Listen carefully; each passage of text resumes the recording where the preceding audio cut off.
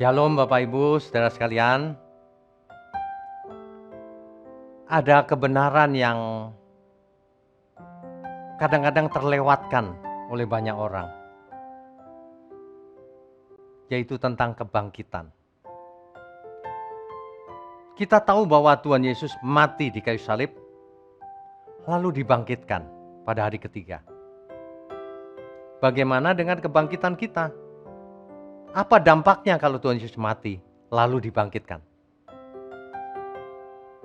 Jadi sebenarnya kebangkitan Kristus itu adalah kebenaran satu-satunya. Sebab tidak ada manusia yang bangkit di dunia ini. Semua mati dan tidak pernah bangkit lagi. Siapapun, nabi apapun, tapi hanya Kristus yang mati lalu bangkit. Ini satu bukti bahwa Ia sebenarnya Tuhan sendiri yang turun menjadi manusia. Makanya bangkit dan kembali ke surga. Jadi bukan manusia yang diangkat oleh orang Kristen menjadi Tuhan lalu dinaikkan ke surga. Bukan. Memang Ia adalah Tuhan mengosongkan diri menjadi manusia. Lalu dibangkitkan dan naik ke surga. Itulah teladan untuk kita semua. Nanti apa yang terjadi dengan kematian kita sama. Kita baca nas berikut ini. Roma pasal 8 ayat 11. Dan jika roh dia di sini adalah roh Allah, yang telah membangkitkan Yesus dari antara orang mati, diam di dalam kamu. Jadi roh Allah yang membangkitkan Yesus dari antara orang mati, diam di dalam kita. Maka Ia yang telah membangkitkan Kristus Yesus dari antara orang mati, akan menghidupkan juga tubuhmu yang fana itu oleh rohnya. Jadi kita nanti akan dihidupkan kembali, dibangkitkan oleh roh yang sama yang membangkitkan Tuhan Yesus.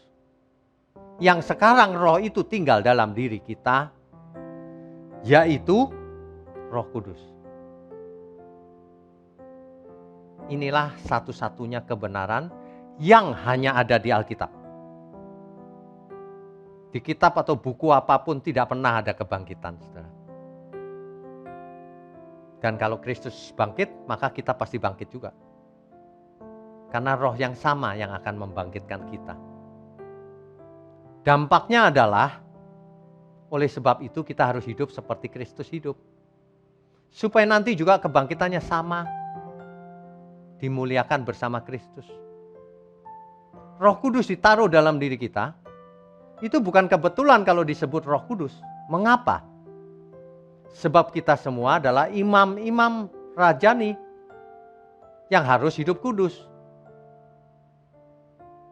Makanya diberi Roh Kudus.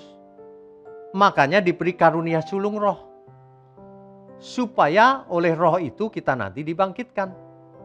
Supaya sekarang ketika masih hidup, kita semua hidup kudus, tak bercacat, tak bercela. Roh Kudus. Karena Allah itu kudus, Tuhan Yesus kudus, rohnya Roh Kudus, maka kita semua harus hidup kudus. Itu bukan pilihan, saudara. Itu keharusan. Tidak ada pilihan lain selain hidup kudus. Rohnya itulah yang akan menghidupkan kita kembali. Yang sekarang tinggal bersama kita. Jadi kita tidak usah khawatir apapun. Tuhan Yesus mengasihi kita semua. Amin.